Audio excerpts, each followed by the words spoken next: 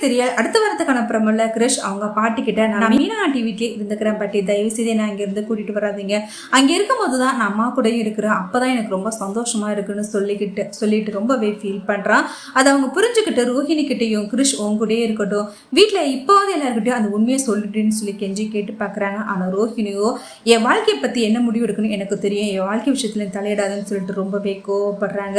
அடுத்து யோசிச்சு பாக்குறாங்க, கிருஷோடைய வாழ்க்கை நல்லா இருக்கணும்னா நம்ம இதுல ஒரு முடிவு எடுத்தே ஆகணுங்கிறதுக்காக நம்ம இங்க கூட இருக்கிற வரைக்கும் தான் ரோஹிணி குழந்தைய நம்ம கிட்ட விடுவா, இப்பவே நம்ம இங்க இருந்து போயிட்டோம்னா கண்டிப்பா ரோஹிணி குழந்தைய அவ கூட தான் வச்சுப்பான்னு சொல்லிட்டு முடிவு பண்ணி ரோஹிணி கூட சொல்லாம ஹாஸ்பிட்டல் விட்டு கிளம்பி போயிடறாங்க. அடுத்த நாள் காலையில ரோஹிணி வந்து பாக்குறாங்க, தன்னுடைய அம்மா காணும்னு தெரிஞ்சதும் பயங்கரமா ஷாக் ஆறாங்க.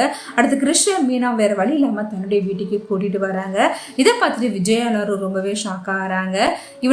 இவனை கொண்டு போய் விட தானே போனீங்க, இப்பனே இவனை திரும்ப கூப்பிட்டு வந்திருக்கீங்கன்னு சொல்லிட்டு கேள்வி கேட்கிறாங்க. மீனாவும் முத்துவும் நான் ஹாஸ்பிட்டல்ல திடீர்னு போய் பார்த்தோம், அவங்க பாட்டியை காணோம், அதனாலதான் கிருஷ்ணத்தை தனியா விட முடியாம அவங்களை இங்க கூட்டிட்டு வந்துட்டோம் அப்படின்னு சொல்றாங்க. இதை பார்த்துட்டு விஜயா இந்த குழந்தைய உங்ககிட்ட சொல்லிட்டு தொல்லை விட்டுச்சுன்னு சொல்லிட்டு அவங்க எங்கேயோ போயிட்டாங்க, இதுக்கப்புறம் விடிஞ்சது உங்க தலையில, வேலைவா இந்த வீட்லயே இருக்க கூடாதுன்னு சொல்லிட்டு ரொம்பவே கோவப்படுறாங்க. ரோஹிணி என்ன பண்றதுன்னே தெரியாம ரொம்பவே ஃபீல் பண்றாங்க. ரோஹிணி சீக்கிரமாவே வீட்டுல மாட்டிக்கணும் நீங்க நினைச்சீங்கன்னா இந்த வீடியோக்கு மறக்காம ஒரு லைக் பண்ணி தெரிவிங்க.